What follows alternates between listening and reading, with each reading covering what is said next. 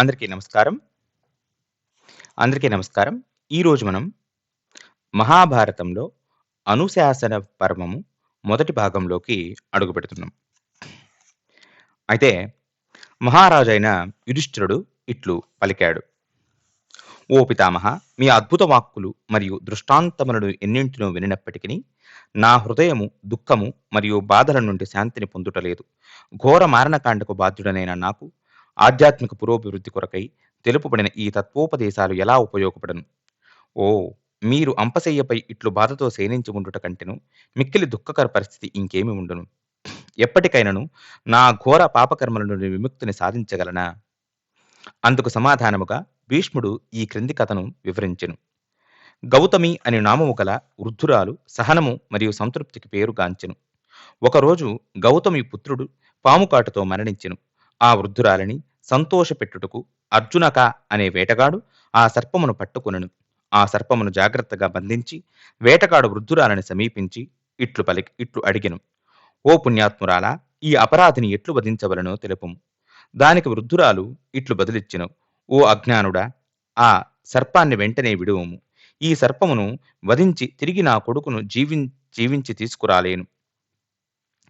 ఈ సర్పమును వధించి తిరిగి నా కొడుకును జీవించి తీసుకురాలేవు. ఎందుకు నీవు అనవసరముగా అట్టి పాపపు కార్యమును చేసెదవు? అందుకు ఆ వేటగాడు ఇట్లు వాదించెను. ఓ వృద్ధురాలా, నీ వంటి వ్యక్తులు శాంతము మరియు సమభావమునకు ఎక్కువగా విలువనిచ్చి ప్రతిదీ కాలము లేక విధి ఫలితమేనని చెబుతుందురు. కానీ నా వంటి వ్యక్తులు తప్పు చేసిన వ్యక్తులకు ప్రతీకారంతో దండించి మా క్రోధము మరియు బాధలను తీర్చుకుందము.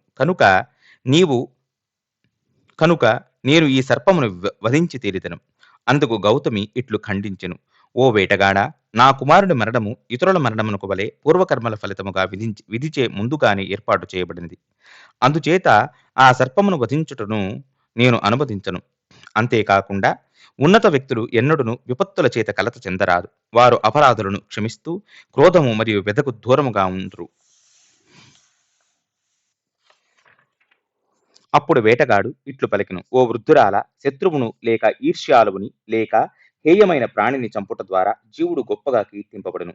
వృద్ధురాలు ఇట్లు బదిలిచ్చెను. ఓ వేటగాడ, అది నిజమే కావచ్చును గాని బంధింపబడిన శత్రువును విడుచుట ద్వారా ఒకరు మరింత అధికముగా కీర్తింపబడుదురు. ఏమైనను ఆ వేటగాడు ఇట్లు వాదించెను. ఈ ద్వేషపూరితమైన సర్పమును విడిచిపెట్టినచో ఇతర ప్రాణాలకు అపాయము కలగవచ్చును. వృద్ధురాలు పట్టుదలగా ఉండుటతో ఆ వేటగాడు తిరిగి ఇట్లనెను. ఇంద్రుడు వృత్రాసురుని సంహరించుట ద్వారా గొప్ప కీర్తినార్జించెను. అందుచేత నీవు ఎట్టి అవమానాలు లేకుండా ఈ సర్పమును చంపుటకు నాకు అనుమతించుము. వేటగాడి అనేక రకాల వాదనలను విన్న పిమ్మట కూడా వృద్ధురాలు తన ఆలోచనలను ఏమాత్రము మార్చుకోలేదు. హఠాత్తుగా బంధింపబడినట్టి ఆ సర్పము ఇట్లు పలికెను. ఓ వేటగాడ, మృత్యు ఆదేశానుసారము ఆ వృద్ధురాలి కుమారుని నేను కాటువేస్తిని. కనుక నాపై దోషము మోపరాదు. దీనిలో ఎవరినైనా దోషిగా చూడవలసి వచ్చినచో మృత్యుదేవతను దోషిగా చూడవలడు. నేను నిమిత్త మాత్రుడను మాత్రమే. అది వినిన వేటగాడు ఇట్లు బదులిచ్చెను. ఓ సర్పమా, నీవు నిమిత్త మాత్రుడు అయినను నిన్ను బాధ్యునిగా చూడవలసినదే. ఎలాగైతే కుండను తయారు చేయుటలో చక్రము సాధనముగా ఉపయోగపడినను అది కూడా భాగస్వామియే కదా. అందుకు సర్పము ఇట్లు బదులిచ్చెను. వేటగాడ, కుమ్మరి యొక్క చక్రము స్వతంత్ర కారకము కానట్లుగాని నేను కూడా స్వతంత్ర కారకము కాదు. అందుచేత బాలుని మృతికి నేను బాధ్యుడను కాదు. ఈ విధముగా వాదనను కొనసాగుతుండగానే మృత్యుదేవత అక్కడ ప్రత్యక్షమై ఇట్లు పలికెను. ఓ సర్పమా, ఈ బాలుని మృతికి నన్ను అనవసరముగా నీవు నిందిస్తుంటివి. నేను స్వతంత్రముగా ఆ బాలుడిని కాటువేయమని నిన్ను ఆదేశింపలేదు. కాలుని ఆదేశానుసారము అలా చేసి తిని. అందుచేత నీవు గాని నేను గాని బాలుని మృతికి వాస్తవ కారణము కాదు. ఏ కర్మనైనను చేయుట మరియు చేయకపోవుట కాలుని ప్రభావములోనే జరుగును. నిజమునకు కాలుని ద్వారానే ప్రతిదీ సృష్టింపబడును మరియు నడిపింపబడును. అందుచేత నీ నిందలు న్యాయములు కావు. ఒకవేళ నీవు నన్ను నిందించినచో నీవు కూడా దోషివేయగుదువు. అందుకు సర్పము ఇట్లు బదులిచ్చెను. ఓ మృత్యుదేవత, నేను నిన్ను నిందించుటలేదు, క్షమించుటను లేదు.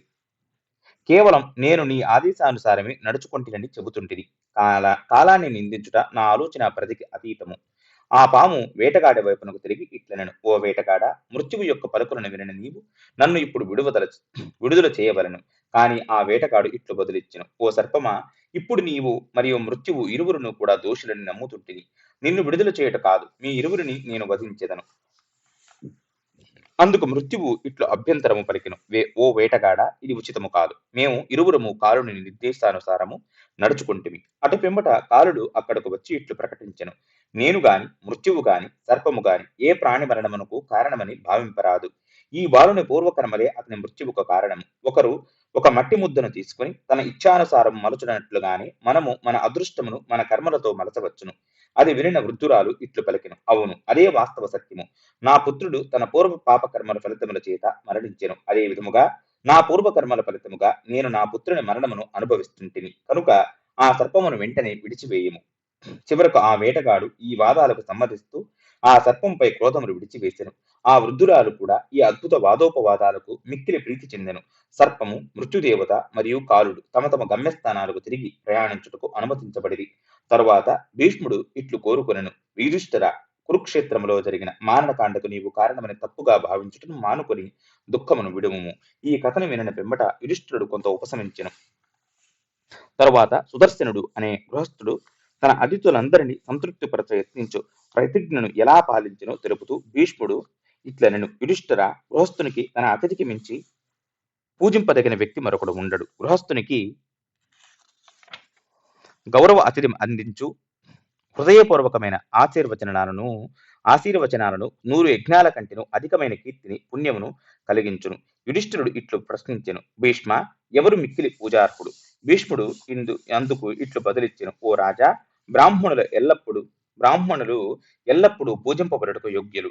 ఒక 100 సంవత్సరాల క్షత్రియుడు 10 సంవత్సరాల వయస్సు గల బ్రాహ్మణుని కలిసినప్పుడు క్షత్రియుడు ఆ బాలుడిని తన తండ్రి వలె గౌరవించవలను.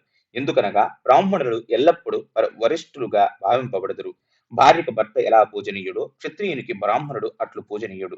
తరువాత యుధిష్ఠిర మహారాజు ఇట్లు ప్రశ్నించెను. పితామహ, ఒక బ్రాహ్మణునికి ఏదైనా ఒక వాగ్దానము చేసి దానిని నెరవేర్చుకున్నచో ఎట్టి ఫలితము లభించును.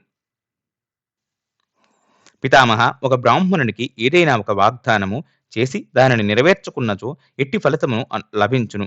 అందుకు భీష్ముడు ఒక సంఘటనను వివరించెను. ఒకప్పుడు ఇరువురు ప్రాణ స్నేహితులు తమ శరీరాలను విడిచిన పిమ్మట కోతి మరియు నక్క జన్మలను పొందిరి. ఒకసారి ఆ కోతి శ్మశానములో కళేబరాలను తినుచున్నట్టి నక్కను సమీపించెను. పూర్వపు స్నేహమును గుర్తు చేసుకుంటూ ఆ కోతి ఇట్లు విచారించెను. ఓ మిత్రమా, నీ ఈ నీచ జన్మకు కారణమైన ఆ ఘోర కర్మమేమిటి? ఆ నక్క ఇట్లు బదులిచ్చెను. ఓ కోతి, నేను ఒకసారి ఒక బ్రాహ్మణుడికి హామీని ఇచ్చి దానిని నెరవేర్చలేకపోతుని. ఇక మిత్రమా, నీవు చేసిన పాపకర్మను తెలుపుము. నీ ఈ అధమ జన్మకు కారణమేమిటి? ఆ కోతి ఇట్లు బదులిచ్చెను. నక్క, నా పూర్వజన్మలో బ్రాహ్మణుడికి చెందిన పండ్లను దొంగిలిస్తుండేవాడిని. తరువాత భీష్ముడు ఇట్లు పిలికెను. ఒకవేళ నేను ఒక బ్రాహ్మణునికి వాగ్దానం చేసి దానిని అతనికి ఇవ్వనిచో మన పుణ్యకర్మలు, యజ్ఞములు, దాని ఫలితాలన్నీ నిష్ప్రయోజనములగును. పిమ్మట యుధిష్ఠిర మహారాజు ఇట్లు ప్రశ్నించెను. అయోగ్యునికి ఉపదేశించట ద్వారా కలిగే ఫలితమేమిటి? అందుకు సమాధానముగా భీష్ముడు ఒక కథను తెలిపెను. అయితే ఒకసారి ఒక శూద్రుడు ఇతర జీవుల పట్ల గొప్ప దయను కలిగి ఉండేవాడు. ఆ శూద్రుడు హిమాలయాల్లోని ఋషుల ఆశ్రమాలను దర్శింపగా అక్కడి ఋషులు అతడిని స్వాగతించిరి. ఆ బ్రాహ్మణుల అద్భుత లక్షణాలను చూచిన శూద్రుడు కూడా తపో జీవితం వైపునకు ఆకర్షింపబడి అక్కడి ఋషుల కులపతిని సమీపించెను. అయితే కులపతి అనగా ఎవరికైతే 10,000 మంది శిష్యులు ఉంటారో ఆయన్ని కులపతి అంటారు. అయితే అటువంటి కులపతి పాదములను స్పృశించి శూద్రుడు ఇట్లు వేడుకొనెను. ఆర్య, నేను శూద్ర జన్మను పొందినను. మీరు నన్ను శరణాగత శిష్యునిగా స్వీకరించి సన్యాస దీక్షను ప్రసాదింపగలరు. ఆ కులపతి ఇట్లు బదులిచ్చెను. శూద్రునికి దీక్షనిచ్చి శిష్యునిగా స్వీకరించుట సాధ్యపడదు. ఏమైనను నీవు ఇక్కడనే ఉంటూ ఈ ఋషుల సేవలో నెలకొనుట ద్వారా తప్పక గొప్ప పుణ్యమును ఆర్జింపగలవు. ఈ ప్రతిపాదనతో శూద్రుడు సంతృప్తి చెందలేరు. ఏమైనను తన మనస్సు వైరాగ్యముతో జీవించవలనను ఆలోచనతో నిండి ఉండుట చేత అతడు ఎట్టి దీక్ష మరియు సన్యాసం స్వీకరింపకుండానే అరణ్యములో నిర్జన ప్రదేశమునకు వెళ్లిపోయెను.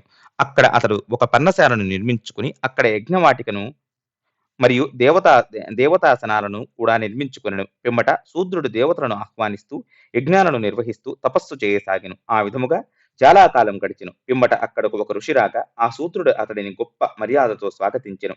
ఆ ఇరువురు చక్కటి సంభాషణలతో కొంత సమయమును గడిపిరి. దానితో చక్కటి స్నేహము కూడా ఏర్పడెను. ఆనాటి నుండి ఆ బ్రాహ్మణుడు తరచూ శూద్రుని దర్శిస్తుండెను. అటువంటి ఒక సందర్భములో శూద్రుడు ఇట్లు అర్థించెను. ఓ బ్రాహ్మణుడా, దయచేసి పితృదేవతలను సరి అయిన పద్ధతిలో ఎట్లు ఆరాధించవలనో బోధింపుము. అందుకు ఆ బ్రాహ్మణుడు అంగీకరించి శ్రాద్ధ కర్మలను ఎలా నిర్వర్తించవలనో బోధించెను. చివరకు చాలా కాలం పిమ్మట ఆ శూద్రుడు మరణించి అతడు ఆర్జించిన గొప్ప పుణ్యము చేత తన తరువాత జన్మలో రాకుమారునిగా జన్మించెను. అట్లే శూద్రునికి బోధించిన బ్రాహ్మణుడు కూడా మరణించి అతడు ఒక కులగురువుకు పుత్రునిగా జన్మించెను. అతడు పెరిగి పెద్దవాడుగుతూ వైదిక సాహిత్యములోని అనేక శాఖలలో గొప్ప ప్రావీణ్యతను సాధించెను. రాజకుమారునిగా జన్మించిన శూద్రుడు తన తండ్రి మరణానంతరము రాజుగా ప్రతిష్ఠించబడెను. అటు పిమ్మట వారి కులగురువు పుత్రుని తనకు రాజపురోహితునిగా నియమించుకొనెను. ప్రతిరోజు ఈ రాజపురోహితుడు రాజుగారి ధార్మిక విధులకు సహాయపడుటకు వచ్చినప్పుడు ఆ రాజు అతడిని చూచి చిరునవ్వు నవ్వుతుండేవాడు. కొన్నిసార్లు అతడి సమక్షంలోనే బిగ్గరగా కూడా నవ్వేవాడు. ఇలా రాజు తనను చూచి ప్రతిసారి నవ్వుతుండుటను గమనించిన పండితుడు ఏకాంతంలో రాజును దర్శించెను. పండితుడు మొదట చక్కటి వాక్చాతుర్యముతో సంభాషించెను. రాజు తన పట్ల సంతృప్తి చెంది ఉండుటను చూచి అతడు ఒక కోరికను తీర్చవలసినదిగా కోరెను. అందుకు రాజు ఇట్లు బదులిచ్చెను: ఓ బ్రాహ్మణుడా, నీ పట్ల నా ప్రేమకు ఒకటి కాదు 100 కోరికలను తీర్చుటకు నేను సిద్ధము. అది వినని రాజపురోహితుడు ఇట్లనెను: రాజా, దయచేసి నా ప్రశ్నకు నిజాయితీగా జవాబు చెప్పగలరు, అదే నా కోరిక. అందుకు రాజు అంగీకరించగా ఆ బ్రాహ్మణుడు ఇట్లు ప్రశ్నించెను: రాజా, నన్ను చూచిన ప్రతిసారి మీరెందుకు నవ్వుతుండిరి? అది తెలుసుకోవలనను ఆతృత నాలో పెరిగినందున దయచేసి వాస్తవమును వెల్లడింపగలరు. అందుకు రాజు ఇట్లు తెలుపసాగెను: ఓ బ్రాహ్మణుడా, నేను మన పూర్వజన్మలను ఎరుగుదును. పూర్వజన్మలో నేను శూద్రుడైనను తపోకార్యాలలో నెలకొంటిని. నీవు ఋషిగా ఉండి మన నడుముగల స్నేహము చేత నాకు శ్రాద్ధ కర్మలను ఎలా నిర్వర్తింపవలనో బోధించితివి. నీవు ఆ పొరపాటుతో నా రాజపురోహితునిగా జన్మించితివి కనుక నీ ఈ పరిస్థితిని చూసి నవ్వుతుంటిని. ఓ బ్రాహ్మణుడా, నేను నిన్ను అగౌరవపరచుటకు నవ్వటలేదు. నిజమునకు ఒక శూద్రునికి బోధించుట ద్వారా నీ గొప్ప పుణ్య సంపద నశించినందుకు బాధపడుతుంటిని. నిజమునకు నీవు ఈ పౌరోహిత్యమును వెంటనే విడిచి తిరిగి మరోసారి తపోకార్యాలలో నెలకొనుము. దానితో నీ వచ్చే జన్మ మరింత మంగళకరమగునని నా సలహా. రాజు సలహాను పొందిన బ్రాహ్మణుడు తన సంపదలన్నింటినీ దానము చేసి తీర్థయాత్రలకు బయలుదేరెను. చివరకు తన పూర్వజన్మలోని ఆశ్రమమును చేరుకుని తన జీవితమును తపస్సులో గడిపెను. దానితో ఆ బ్రాహ్మణుడు త్వరలోనే గొప్ప ఆధ్యాత్మిక పురోగతిని సాధించి సమీపంలోని ఋషులందరితో పూజింపబడెను. పిమ్మట భీష్ముడు ఇట్లనెను: ఓ రాజా, బ్రాహ్మణుడు శూద్రునికి వేదాలలోని కర్మకాండ విభాగాలను ఎన్నడూ బోధింపరాదు. సాధారణముగా బ్రాహ్మణుడు మౌనముగా ఉండవలను, లేనిచో అపరాధపూరితముగాను లేక దోషపూరితముగాను పలుకు ప్రమాదము ఉండును.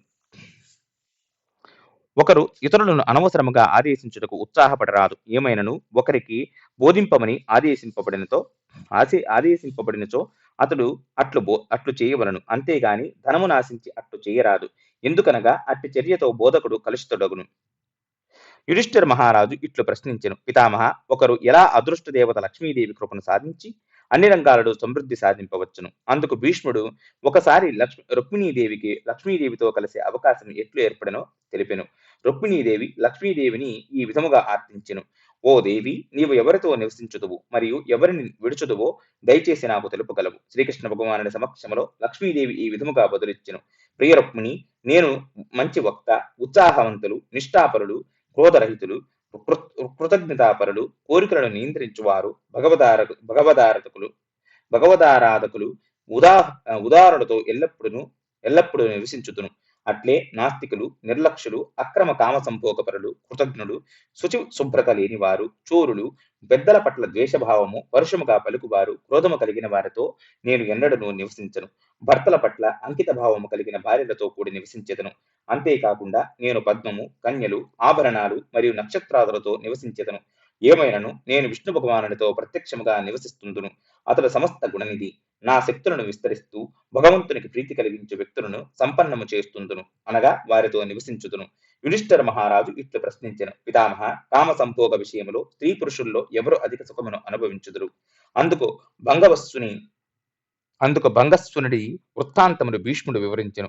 అపార జ్ఞాన సంపన్నుడు మరియు పుణ్యాత్ముడు అయిన రాజు సంతానము లేకపోవటతో అగ్నిదేవుని ప్రీతి కొరకై యజ్ఞము నిర్వహించెను. దానితో ఇంద్రుడు తాను నిర్లక్ష్యపరచబడినట్లుగా భావించి క్రోధితుడయ్యను. కొంతకాలములకు రాజు 100 పుత్రులను పొందెను. ఒకరోజు రాజు అడవిలోకి వేటకు వెళ్ళగా ఇంద్రుడు తన మాయాశక్తితో రాజును భ్రాంతికి గురిచేసి అతడు ద్రోవ తప్పునట్లుగా చేసెను.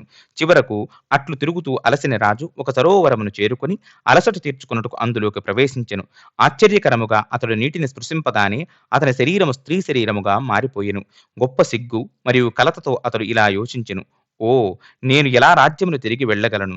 నా కుమారులకు ఏమి చెప్పెదను? నా భార్యలకు, మిత్రులకు, బంధువులకు ఎలా వివరింపగలను? రాజు తన రాజధానిని తిరిగి చేరుకొనెను. అతడిని అనగా ఆమెను చూచిన జనులు ఆశ్చర్యమునకు గురైరి. రాజు బంధువులను మరియు మంత్రులను సమావేశపరిచి ఇలా ప్రకటించెను. నేను అరణ్యాలలో నివసించుటకు వెళ్ళెదను కనుక మీరందరూ సహకరించుకుంటూ రాజ్యమును ధర్మబద్ధముగా పాలించగలరు. భంగస్వనుడు ఇట్లు పలికి ఒక ఋషితో కూడి నివసించుటకు అడవికి వెళ్ళెను. కొంతకాలమునకు ఆ ఋషి ద్వారా ఆమె 100 పుత్రులకు జన్మనిచ్చెను. తన కుమారులను తీసుకుని తిరిగి తన రాజధానికి చేరుకుని ఈ పుత్రులను తమ సోదరులుగా అంగీకరింపమని పూర్వపు కుమారులను ఆదేశించెను. దానితో భంగస్వనుని 200 మంది కుమారులు కలిసిమెలిసి ప్రశాంతముగా జీవించసాగిరి. అది చూచిన ఇంద్రుడు క్రోధముతో ఇట్లు ఆలోచించెను. ఇతడిని స్త్రీగా మార్చి అతనికి హాని కలిగించుట కంటెను నేను అతనికి తెలియకుండగాని మేలు కలిగించినట్లుగా కనిపిస్తుండెను. ఇంద్రుడు బ్రాహ్మణుని రూపంలో భంగస్వనుని రాజ్యమునకు బయలుదేరను. అక్కడ అతడు ఈ 2 వర్గాల పుత్రుల నడుమ కలహాలను సృష్టింపగా వారు ఒకరితో ఒకరు పోరాడి మరణించిరి. ఆ సమయంలో భంగస్వనుడు ఋషి ఆశ్రమములో తపస్వి స్త్రీగా ఉండగా ఈ వార్తను విని తీవ్రముగా శోకించెను. ఇంద్రుడు బ్రాహ్మణ వేషములో ఆమెను సమీపించి ఇట్లు విచారించెను. ఓ స్త్రీ, ఎందుకు నీకు ఇంతగా శోకిస్తుంటివి? నేను 100 పుత్రులను కలిగి ఉంటిని, కాని ఆశ్చర్యకరముగా నా శరీరము స్త్రీ శరీరముగా మారెను. పిమ్మట నేను మరో 100 పుత్రులను పొందితిని. ఇప్పుడు నా ఈ 200 మంది పుత్రుడు మరణించిరి. దానికి ఆ బ్రాహ్మణుడు ఇట్లనెను. పూర్వం నీవు సాహసముతో అగ్నిదేవుని కొరకై నిర్వర్తించిన యజ్ఞము ఇంద్రుడికి ఆగ్రహము కలిగించెను. నిజమునకు నేను స్వర్గాధిపతి ఇంద్రుడను. బ్రాహ్మణ రూపంలో నేను వారి నడుమ కలహాలను రగిలించితిని మరియు నిన్ను స్త్రీగా మార్చితిని. అట్లు పలుకుతూ ఇంద్రుడు తన వాస్తవ రూపమును ప్రకటించెను. దానితో భంగస్వనుడు అతని పాదాల పడుతూ తనను క్షమింపవలసినదిగా అర్థిస్తూ ఇట్లు వేడుకొనెను. ఇంద్ర, నన్ను విశ్వసింపము. నేను అగ్నిని ఆరాధించినది కేవలం సంతానమును పొందుట కొరకు మాత్రమే, కానీ నీతో వైరం పెట్టుకున్నటకు కాదు. పూర్వం రాజు యొక్క నమ్ర స్వభావముతో ఇంద్రుడు వెంటనే శాంతించి భంగస్వనునికి ఒక 100 సంతానం తిరిగి జీవించినట్లుగా వరమునందించెను. అందుకు ఆ తపస్విని ఇట్లనెను. నేను స్త్రీ రూపంలో పొందిన 100 పుత్రులను తిరిగి బ్రతికించగలరు అని కోరెను. అది వినిన ఇంద్రుడు కొంత ఆశ్చర్యమునకు లోనయ్యెను. దానితో అతడు ఇట్లనెను. భంగస్వన, దయచేసి తెలుపగలవు. నీవు పురుష రూపంలో ఉండి పొందిన సంతానము కంటెను ఎందుకు స్త్రీ రూపంలో ఉండి పొందిన సంతానము పట్ల అధిక మమకారమును కలిగి ఉంటివి? అందుకు భంగస్వనుడు ఇట్లు పలికెను. పురుషుడు తన సంతానం పట్ల పొందు అనురాగము కంటెను స్త్రీ పొందు అనురాగం ఎంతో గొప్పది. మానవ ప్రవృత్తిలోని ఈ అంతర రహస్యమును తెలుసుకున్న ఇంద్రుడు సంతోషిస్తూ ఇట్లనెను. ఓ భంగస్వన, నేను నీ 200 మంది పుత్రులను తిరిగి బ్రతికించెదను. నీవు వాంఛించినచో తిరిగి నీ పురుషత్వమును కూడా పొందవచ్చును. ఏమైనను భంగస్వనుడు ఇట్లు బదులిచ్చెను. నేను స్త్రీ రూపంలోనే కొనసాగదలచితిని. నేను నా కుమారులను తిరిగి బ్రతికించుకోగల వరమును పొందినచో చాలును. ఇంద్రుడు మరోసారి అతని నిర్ణయమును విని ఆశ్చర్యమునకు గురయ్యెను. ఇంద్రుని ప్రశ్నకు ఇట్లు సమాధానమిచ్చెను. ఓ స్వర్గాధిపతి, సంభోగ సమయంలో స్త్రీలు అనుభవించు సుఖము పురుషుడు అనుభవించు సుఖము కంటెను అధికమైనది. కనుకనే నేను స్త్రీ రూపంలో కొనసాగుతూ అధికమైన ఇంద్రియ భోగ సుఖమును అనుభవింపదలచితిని. అది వినని పిమ్మట ఇంద్రుడు సెలవు తీసుకుని తన లోకమునకు బయలుదేరెను. తర్వాత యుధిష్ఠిర మహారాజు ఇట్లు విచారించెను. ఒకరు ఎలా నడుచుకొనిచో తన జీవన యాత్రను సునాయాసముగా కొనసాగించవచ్చును. అందుకు భీష్ముడు ఇట్లు సూచించెను. ఓ రాజా, ఎవరైనా తమ జీవితంలో కష్టాలకు దూరముగా ఉండదలచిన వారు తమ శరీరముతో జాగ్రత్తగా ఈ 3 కార్యాలకు దూరముగా ఉండవలను. జీవహింస, చూరత్వము, పరస్త్రీ సంబంధాలు. అట్లే వాక్కు ద్వారా 4 కార్యాలను శ్రద్ధగా పరిశీలిస్తూ విడనాడవలను. పాప కార్యాలకు సంబంధించిన చర్చ, కఠిన మరియు క్రూరముగా పలుకుట, ఇతరుల దోషాలను ఎరుగుట, అసత్యాలను పలుకుట, మనస్సు యొక్క 3 రకాల కార్యాలను కూడా ఖచ్చితంగా త్యజించవలను అని అవి ఇతరుల సంపదలను ఆశించుట, వేదాలలో విశ్వాసమును ఉంచకపోవుట, ఇతరులకు హాని కలిగింపదలుచుట. ఒకరు ఈ విధముగా నడుచుకున్నచో అతడు సులభముగా జీవిత మార్గమున ప్రయాణించగలడు. తరువాత యుధిష్ఠిరుడు ఇట్లు వేడుకొనెను. దయచేసి శివుని యొక్క స్థితిని వివరింపగలరు. అందుకు భీష్ముడు ఇట్లు తెలిపెను. యుధిష్ఠిర, బ్రహ్మ మరియు ఇంద్రుడు వంటి ఇతర దేవతలకు వలె మహాదేవుడు భగవంతుని విభిన్నాంశము కాదు. అట్లే శివుడు విష్ణువు స్వాంశావతారము కూడా కాదు. ఏమైనను అతడు దాదాపు విష్ణుతత్వముతో సమానమైన వాడు కనుకనే అతడు వైష్ణవోత్తమునిగా పరిగణింపబడెను. తరువాత యుధిష్ఠిర మహారాజు ఇంకను ఇట్లు ప్రశ్నించెను. భీష్మ, స్త్రీలు మాయకు సంపూర్ణ ప్రతీకగా పరిగణింపబడినందున వారి సాంగత్యము శాస్త్రములో ఖండింపబడినది. అయినచో గృహస్థుడు తన ధర్మకార్యాలను తన భార్యతో కలిసి ఎందుకు నిర్వర్తింపవలను? అందుకు భీష్ముడు ఒక కథను వివరించెను. అయితే ఒకసారి అష్టావక్రుడు అసమాన సౌందర్యవతి మరియు సద్గుణవతి సుప్రభ అను కన్యను వివాహమాడదలచెను. ఆవిడ వదన్య ఋషి యొక్క పుత్రిక. ఈ విషయమును వదన్య ఋషికి తెలియజేయనగా అతడు ఇట్లు బదులిచ్చెను. ఓ అష్టావక్ర, నీ కోరికకు నేను సమ్మతించెదను. కాని అందుకు ఒక నిబంధన కలదు. ముందుగా నీవు కుబేరుని మరియు శివుని లోకాలకు దూరముగా ఉత్తర దిక్కుకు ప్రయాణించి వెళ్ళవలడు. అక్కడ ఆ అద్భుత వనములో ఒక తపస్విని అరణ్యములో నివసిస్తుండెను. ఆమె అదృష్ట దేవత, లక్ష్మీదేవికి వలె అందమైనది. నీవు మొదట ఆమెను ఆశ్రయించి ఆ తపస్విని పూజించి తరువాత ఇక్కడకు వచ్చినచో నేను నా పుత్రికను నీకు ఇచ్చి వివాహము చేసేదను. వదన్యుని వద్ద సెలవు తీసుకుని అష్టావక్రుడు బయలుదేరెను. అతడు హిమాలయాలకు చేరి వహదా నదిలో స్నానమాచరించి అక్కడ రాత్రి గడిపెను. మరుసటి రోజు అతడు కైలాస పర్వతమును చేరి అక్కడి నుండి కుబేరుని ధామమును చేరుకున్నటతో మణిభద్రునితో కూడి యక్షులు అతడిని ఆహ్వానించుటకు వచ్చిరి. కుబేరునికి తన రాకను తెలియజేయమనగా ఆ మణిభద్రుడు ఇట్లు బదులిచ్చును. ఓ బ్రాహ్మణుడా, కుబేరుడు మీ రాకను ఇదివరకే ఎరుగును. అతడు త్వరలోనే స్వయంగా నిన్ను కలుసుకొనుటకు వచ్చును. వైశ్రావణ రాజు అనగా కుబేరుడు అక్కడకు వచ్చి అష్టావక్రుని యోగక్షేమాలను ఎరిగి అతని తన భవనమునకు తోడుకు వెళ్ళెను. ఆ ఋషికి తన ఆసనమును సమర్పించి ఉచిత రీతిన పూజించి అష్టావక్రుని అనుమతితో ప్రధాన అప్సరసలను పిలువగా వారు గంధర్వులతో విచ్చేసి నర్తింపసాగిరి. అది చూచి అష్టావక్రుడు మోహితుడయ్యను. నిజమునకు అష్టావక్రుడు ఎంతగా మోహితుడయ్యనగా అతనికి అక్కడ ఒక ఏడాది కాలం ఎలా గడిచిపోయినో కూడా తెలియరాలేదు. పిమ్మట కుబేరుడు ఇట్లను, ఋషి, నీవు ఇక్కడ ఏడాదికి పైగా గడిపితివి. గంధర్వుల సంగీతము మనస్సులను పూర్తిగా అపహరించును. ఏమైనను నీవు వాంఛించినతో ఇక్కడ దీర్ఘకాలము కూడా గడపవచ్చును. నా జీవితము మరియు సంపదలు బ్రాహ్మణుల ప్రీతి కొరకే ఉద్దేశింపబడినవి. ఏమైనను కాలము ఎంత వేగముగా గడిచిపోయినో గ్రహించిన అష్టావక్రుడు కుబేరుని వద్ద సెలవు తీసుకుని ఉత్తర దిక్కు శివుని కైలాసం వైపునకు ప్రయాణించెను. ఆ కైలాసమునకు 3 ప్రదక్షిణలు చేసి తిరిగి ప్రయాణమును కొనసాగిస్తూ ఒక అరణ్యమును ప్రవేశించి అక్కడ మనోహరమైన ఆశ్రమమును చూచెను. అక్కడ మణులు నేలపై అంతటా పడి ఉండెను. ఆ ఆశ్రమములో ఒక బంగారు భవంతిని చూచెను. ఆ భవంతిలో మణులు, రత్నములు గుట్టలుగా పేరుకుపోయి ఉండెను. ఆ భవనము కుబేరుని భవంతి కంటెను ఎంతో గొప్పగా ఉండెను. ఆ ఆశ్రమ భవంతిలోకి అష్టావక్రుడు ప్రవేశించి అక్కడ అనేక ఋషులు నివాసము ఉండటం చూచెను. ఒక అతిథిగా తన రాకను ప్రకటించెను. అప్పుడు అతడిని ఒక్కసారిగా 7 అందమైన కన్యలు స్వాగతించిరి. వారిని చూచిన అతని మనస్సు అపహరింపబడిను. అష్టావక్రుడు తన మనస్సును నిగ్రహింప యత్నించినను అతడు తన నిగ్రహమును కోల్పోయి వారితో ఇంద్రియ భోగాలను అనుభవింపవలనను దృఢమైన కోరికను పొందెను.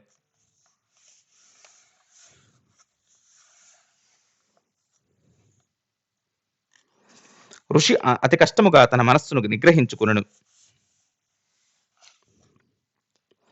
ఆ కన్యలు అష్టావక్రుడి తమ అంతఃపురంలోకి తీసుకువెళ్లగా అక్కడ ఒక వృద్ధురాలు తెల్లటి చీర, విలువైన ఆభరణాలతో అలంకరింపబడి కనిపించెను. క్షేమ సమాచారాలను వివరించిన పిమ్మట ఆ వృద్ధురాలు అతనికి ఆసనమును సమర్పించెను. అతడు ఆసీనుడైన పిమ్మట ఆ కన్యలను పంపివేయమని కోరెను. అటు పిమ్మట అష్టావక్రుడు మరియు ఆ స్త్రీ ఆహ్లాదకరమైన సంభాషణలతో ఆ రోజునంతటినీ గడిపిరి. చివరకు రాత్రి సమీపించుటతో విశ్రాంతి తీసుకోవలసినదిగా ఋషి సూచించెను. ఆ వృద్ధురాలు మధ్యరాత్రి అష్టావక్రుని శయ్యపై చేరుకుని అతనిని ఆలింగనము చేసుకున్నట్టుగా చూచి ఆశ్చర్యపోయెను.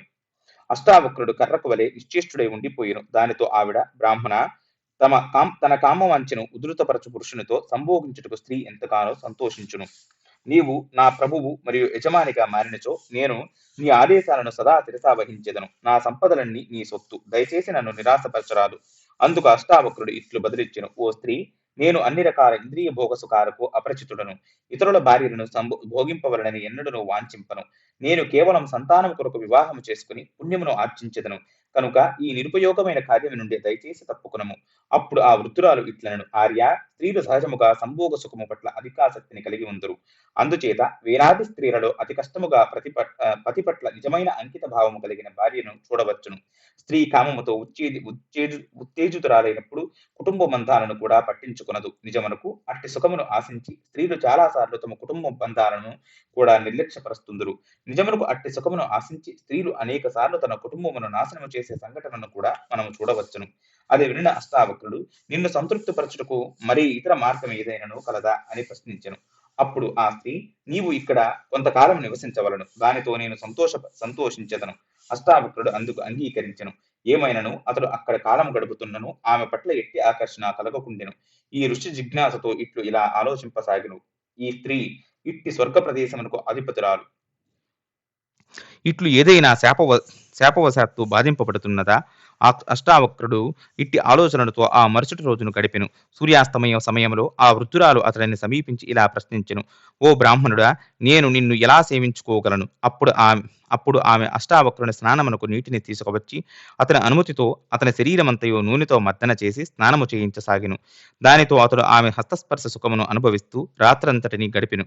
మరుసటి రోజు ఉదయం ఆహారం సిద్ధము చేయగా ఎంతో సమయము దానిని ఆస్వాదిస్తూ సంతృప్తి చెందెను. పిమ్మట అష్టావక్రుని విశ్రాంతి తీసుకోమని ఆ వృద్ధురాలు కోరుటతో ఆమె ఏర్పాటు చేసిన మిక్కిలి సౌకర్యవంతమైన శయ్యపై పరుండెను. అష్టావక్రుడు శయనిస్తుండగా అర్ధరాత్రి సమయంలో అకస్మాత్తుగా అష్టావక్రుని ముందుకు వచ్చి నిలుచుండెను. నిద్ర నుండి మేల్కొనిన అతడు ఆ స్త్రీని చూచి ఇట్లు పలికెను, ఓ స్త్రీ, ఇతరుల భార్యతో సంభోగించిన ఆలోచన నాకు లేదు, దయచేసి వెళ్ళగలవు. దానితో ఆ వృద్ధురాలు ఇట్లనెను, ఓ బ్రాహ్మణుడా, నేను ఎవరి భార్యను కాదు, నాకు నేనే యజమానురాలని. నన్ను భోగించుటతో నీకు ఏ పాపము కలుగదు. అందుకు అష్టావక్రుడు ఈ విధముగా వాదించెను, స్త్రీ ఎన్నడూను స్వతంత్రురాలు కాదు. స్త్రీ తన బాల్యములో, యవ్వనములో మరియు వృద్ధాప్యములో ఎన్నడూను స్వతంత్రురాలు కాదు. ఒకరు తమ ఇంద్రియాలను నిగ్రహించుకొనచో అనేక దురదృష్ట కార్యాలతో బాధింపబడును. నేను ఇంద్రియ నిగ్రహమును కలిగి ఉంటిని కనుక నన్ను విడిచి వెళ్ళిము. ఏమైనను చివరకు ఆ స్త్రీ ఋషిని ఇట్లు వేడుకొనెను, ఒకవేళ ఇతర స్త్రీతో సంభోగం పాపపూరితమని భావించినచో నీవు నన్ను వివాహము చేసుకునము. నేను బాల్యము నుండి బ్రహ్మచర్య వ్రతమును పాటించితిని. నా కుటుంబమును త్యజించి జీవితాంతం కన్యలాగే జీవించితిని. కనుక నీవు నిస్సంకోచముగా నన్ను అంగీకరింపవచ్చును. చివరకు అష్టావక్రుడు ఇట్లనెను, ఓ స్త్రీ, నేను నీ పట్ల ఆకర్షింపబడుతున్ననే విషయమును అంగీకరించెదను. ఏమైనను నిన్ను స్వీకరించి వదాన్య ఋషి కోరికకు విరుద్ధముగా వెళ్ళలేను. నేను నా ఇచ్ఛానుసారము నడుచుకున్నట్టుకు ఇంద్రియ నిగ్రహమును కోల్పోదలుచుకోలేదు. నేను కేవలం కామమునకు దాసుడిలా కాకుండా ధర్మబద్ధముగా నడుచుకున్నట్టుకు ప్రయత్నించెదను.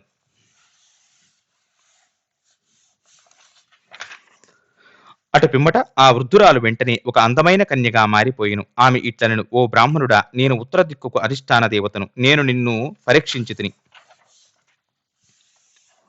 నీవు ఇక్కడకు వచ్చిన ఉద్దేశమును నేను ఎరుగుదును. నేను వదాన్య ఋషి చేత ప్రీతి చెంది ఉన్నందున అతని కోరికను అనుసరించి నీకు స్త్రీ యొక్క చపలచిత్త స్వభావమును కొన్ని ప్రత్యక్ష బోధనలు చేయదలచి కొన్నిసార్లు ఎలా వృద్ధ స్త్రీలు కూడా సంభోగ కోరికతో బాధింపబడుతుందరో చూపదలచితిని. నీవు ఇప్పుడు నీ గృహమునకు వెళ్ళి నీవు కోరుకున్న యువతిని వివాహము చేసుకునము. అష్టావక్రుడు తన ఆశ్రమమును చేరుకుని మరుసటి రోజు విశ్రాంతి తీసుకుని వదాన్య ఋషిని సమీపించెను. అతడు అష్టావక్రుని నోటి నుండి జరిగిన సంఘటనలన్నింటినీ విని సంతోషించి తన కుమార్తెను ఇచ్చి వివాహము చేసి ఇలా పలికెను, నీవు తెలిపిన విషయమంతటిని వినిన పిమ్మట నీకంటే యోగ్యుడైన భర్త నా కూతురుకు లభించడు అని గ్రహించితిని. పిమ్మట యుధిష్ఠిర మహారాజు ఇట్లు విచారించెను, ఏ పర్వతాలు, నదులు, ఆశ్రమాలు, పుణ్యక్షేత్రాలు మిక్కిలి పవిత్రమైనవిగా భావింపబడును. అయితే ఇందుకు సమాధానాన్ని భీష్ముడు ఏం చెప్పాడో మహాభారతం అనుశాసన పర్వం 2వ భాగంలో తెలుసుకుందాం. ఇంతటితో మహాభారతం అనుశాసన పర్వం మొదటి భాగం సమాప్తం. మీకు ఈ మహాభారతం అనుశాసన పర్వం మొదటి భాగం నచ్చినట్లయితే మన నవర్షి స్టోరీ కార్నర్ని సబ్స్క్రైబ్ చేసుకొని 10 మందికి షేర్ చేయగలరు.